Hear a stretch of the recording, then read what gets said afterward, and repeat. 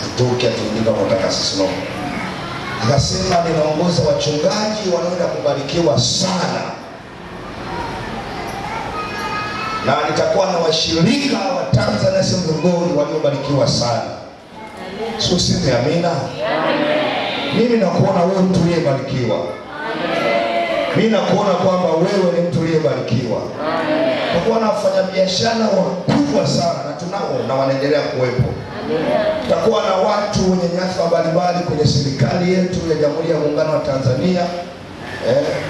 Sio siri, kule upande wa pili kule, upande ukivuka, anayetawala kule mara nyingi sasa simjua askofu yote, tunamjua Daktari Dickson Kaganga. Kwa vikao vyake vingi anaitwa Ikulu kwenda kutoa maombi. Anasema tutakuwa na kanisa lililobarikiwa sana. Na kanisa hilo ndio sisi hapa. Anasema askofu, dauti yangu nachoogopa kwa wachungaji, mtastahimili hayo mafuriko ya hizo baraka. Mwambie mwenzako, hivi Mungu leo akikubariki utabaki yule au utabadilika? Amesemaje?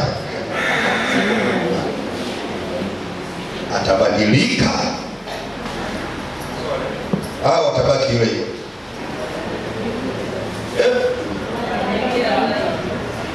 Sasa katika kubadilika kuna kubadilika kwa aina mbili.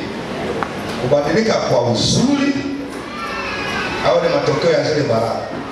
Lakini kuna kubadilika kwa ubaya.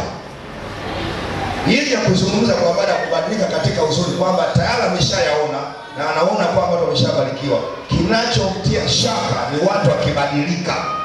Wakibarikiwa watabaki kwenye imani. Jana nilibahatika kwa miongoni mwa watu ambao tulikuwa tunamsindikiza katibu wetu wa section wa jimbo. Agnes, naomba utulivu hapo nyuma. Tutakuhamisha kabla ya kukaa. Ambaye Mungu alimpa neema, jana alikuwa anatumikiwa shahada yake ya PhD. Amen. Na Mungu ametuongezea wasomi wengi sana sasa hivi. Amina. Kwa hiyo Daktari Reverend Lucas Mlewa jana tulikuwa tuko naye. Tukao online kwenda Marekani. Tulikuwa tumeenda Marekani kidogo afu tukarudi TZ. Bwana sifiwe. Digrii ya kwanza, digrii ya pili na digrii sasa ya tatu. Na ninyi wa TG hii mmebarikiwa kuanzia kesho, na kuanzia kesho. So yeye atakuja kuanzia Jumatano, utahubiriwa na mtu mmoja msomi aliyesoma mpaka akakutana kibao kinasema hapa kuna kuendelea tena kusoma. Anaitwa Profesa Rubela Mato. Amen. Profesa Rubela Mato. Kana je kabla unakuja Galilaya bihani. Mimi sina taarifa kabla unakuja Galilaya. Lakini kimwona ni jamaa mlewa, ni mnyenyekevu sana. Alafu ni mvumilivu. Jina la Bwana libarikiwe. Amen. Tunataka kusema hapa, mimi Mungu amenipa kuchunga kanisa zuri sana. Amen. Hebu sasa ni mtazamo mwingine. Mungu amenipa kanisa kuchunga zuri sana. Kwa mnapomwabudu Mungu wanaume kwa wanawake. Mimi kama mwangalizi wa section ya Mbezi wanajivunia kupitia nini? Na Mungu kwa mbinguni anajivunia kupitia nini? Amen. Sasa kitu hicho niambia Bwana niseme na kanisa, anasema kitu kinachochelewesha baraka za wengi au kinachofanya baraka za wengi kutotimia, anasema tujadhari na roho ya kiburi.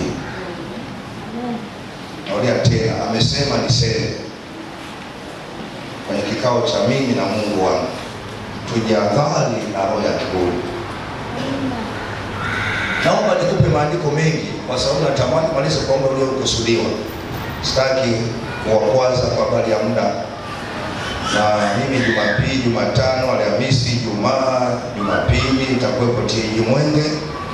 Kwa nini wenzangu mtakuwa mnafurahia hapa na Profesa Rubela Mato. Daniel sura ile, Judith wewe ni msomaji wa haraka, msomaji mzuri, msomaji mwenye nguvu, nisaidie kusoma. Daniel sura ile ya 4 mstari wa kwanza hadi 30 kwa mrefu.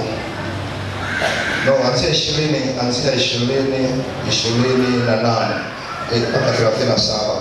lakini huyo mwandishi anaandika mstari wa kwanza mpaka 37. Msemo wakati apewe maiki pia Isaya 38 mstari wa kwanza hadi wa 8. Usiniulize tena bado hiyo unasema nini? No, Mungu ameshaenda. Kali hapa mwanafunzi wa chuo cha Biblia wa Filipi 2. No, soma Petro wa kwanza 6 mstari wa 7. Yaani nitahubiri kwa kukimbia. Kwa hiyo twende pamoja. Alafu nani mwingine?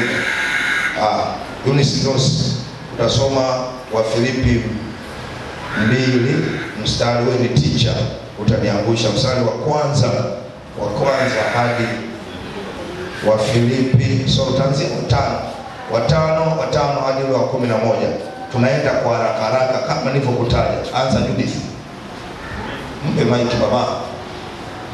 Nataka nikimbize hapa gurudumu la kuhubiri, nikusanye sadaka ni wabariki. Daniel sura 4.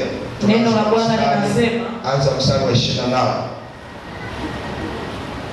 Au soma kwanza mstari wa kwanza sura 4 mpaka ule mstari wa 11, alafu naenda mstari wa 28.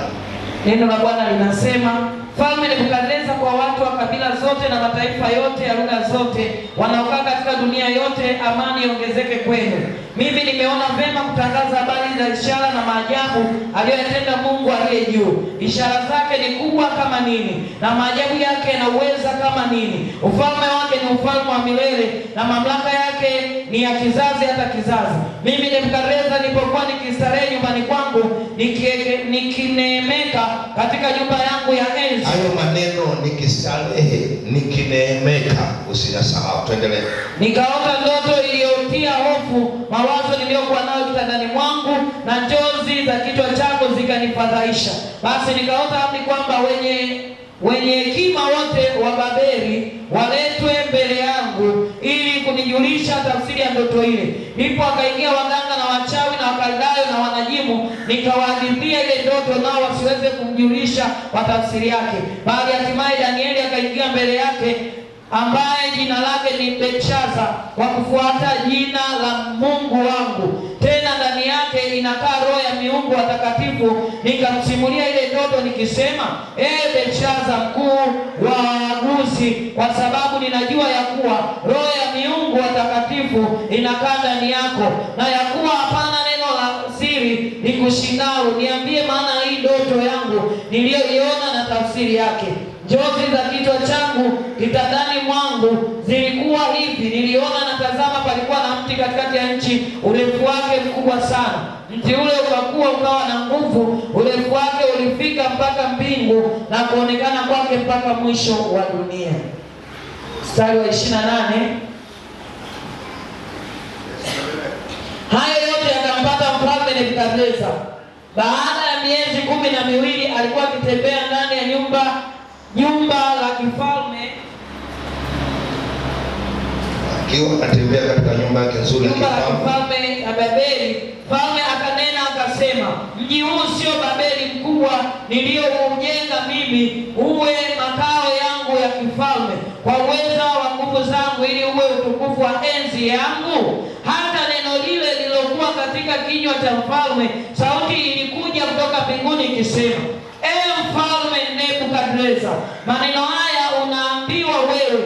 Ufalme huu umeondolewa kwako, nawe utafukuzwa mbali na wanadamu, na makao yako yatakuwa pamoja na wanyama wa mwituni. Utalishwa majani kama ng'ombe, na nyakati 7 zitapita juu yako, hata utakapojua ya kuwa aliye juu ndiye anayemiliki katika ufalme wa mwanadamu. Nyakati hizo 7 manake ni miaka 7. Kwa hiyo endelea, sikuchanganya, tuendelee. Naye humpa amtakaye awaye yote. Saa hiyo jambo hilo likatimizwa, likampata Nebukadneza, akafukuzwa mbali na wanadamu, akala majani kama ng'ombe, na mwili wake uliloa maji kwa umande wa mbinguni.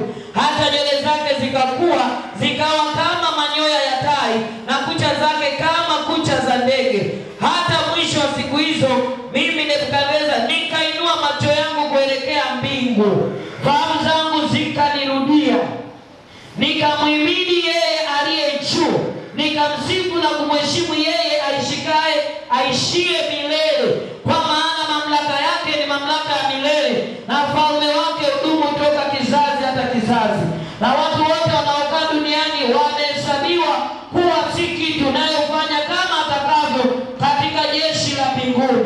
Na katika hao wakaao duniani wala hapana awezaye kuzuia mkono wake wala kumuuliza unafanya nini wewe. Inatosha kumzuia wala kumuuliza unafanya nini wewe.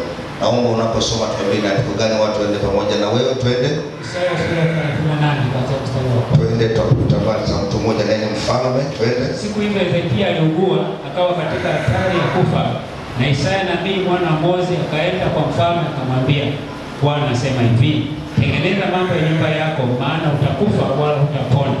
Basi Hezekia akajigeuza akaelekeza uso wake ukutani, akamuomba Bwana akasema, Bwana, kumbuka haya na kusihi kwamba nimekwenda mbele zako katika kweli na kwa moyo mkamilifu na kutenda yaliyo mema machoni pako.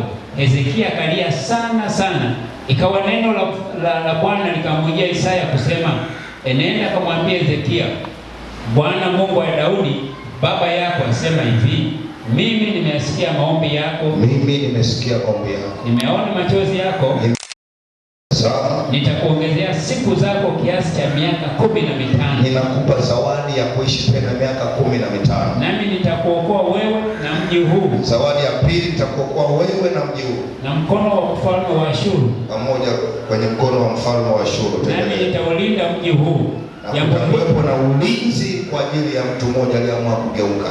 Jambo hili liwe ishara kwako itokayo kwa Bwana, ya kuwa Bwana atalitimiza jambo hili aliyolisema.